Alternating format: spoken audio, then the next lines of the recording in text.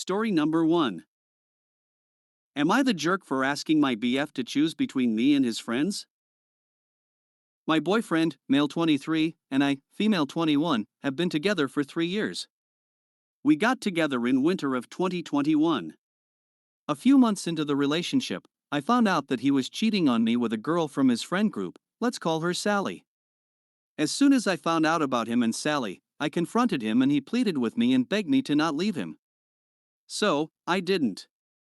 A few months later, I found out that he was cheating on me with Sally again.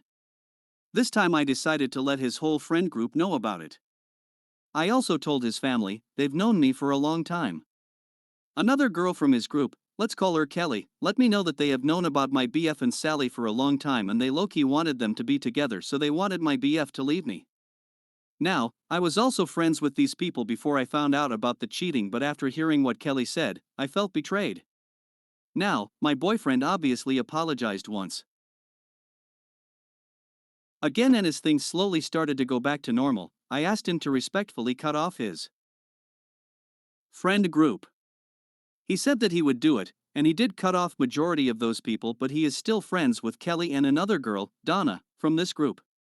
And whenever I hear that he's been hanging out with Kelly and Donna, I feel extremely betrayed and hurt, and it always leads to terrible arguments.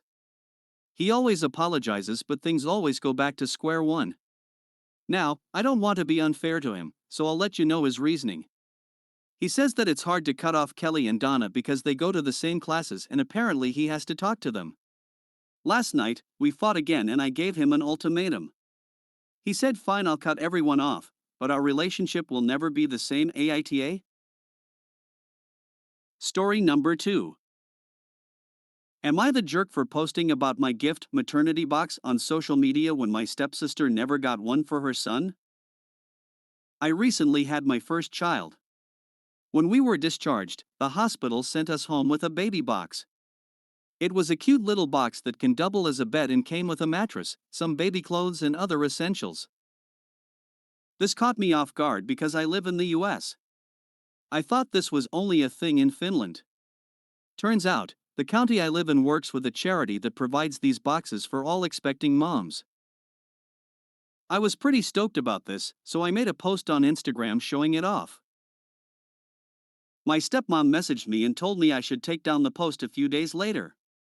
She said it was in bad taste because a lot of new moms don't get this perk. She pointed out that her daughter, my stepsister, has been very upset by this.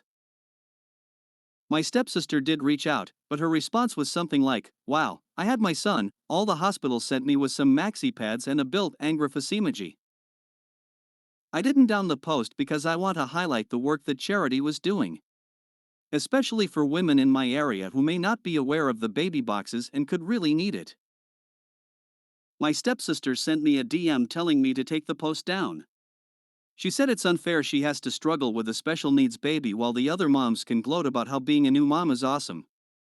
She said that she never got a free box or clothes or perfume like my cousin, and everyone stopped caring when she had her son, while me, my cousin and all our other relatives get all the attention. Right now, I'm leaning towards keeping the post up. I don't live in the same state as my stepfamily, but am aware of social programs designed to help parents with special needs kids. That or my stepsister get help or get counseling.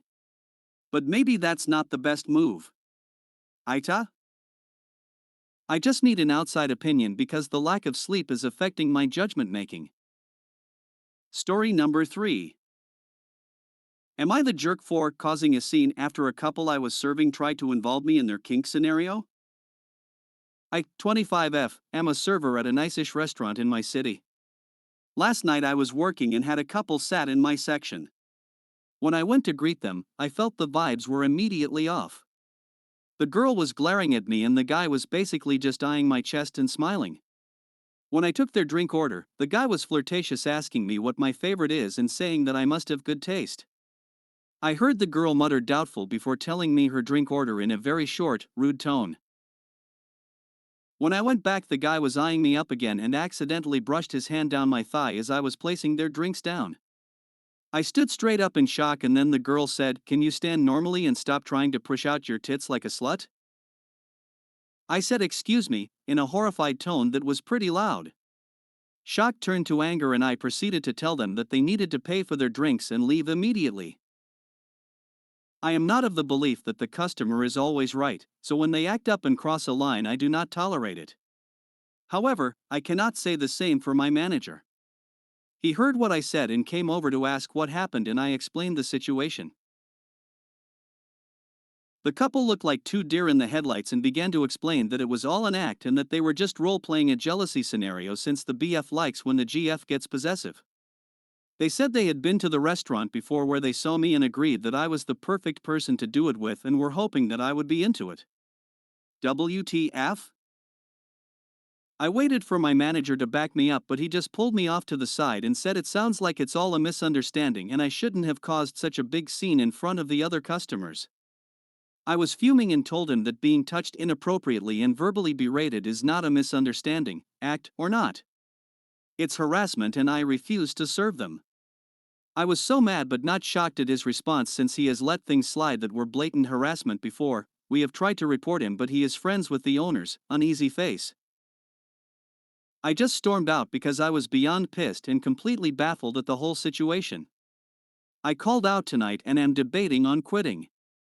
The cherry on top of the whole thing is he texted me that he is disappointed that I'm leaving them short-staffed tonight over a misunderstanding and for not finishing closing out my section before I left last night. I want to laugh in his face cause that's how ridiculous he sounds to me, but I do feel bad since I know my co-workers will have to cover my section. A few of them know what happened and have been mostly supportive, but one of the guys told me I shouldn't kink shame and I should be glad that I am fuckable. I have just about lost my mind from that comment, but want to be clear that calling out harassment is not kink shaming. I couldn't care less how anyone expresses their sexuality as long as it's consensual. Please let me know, AITA.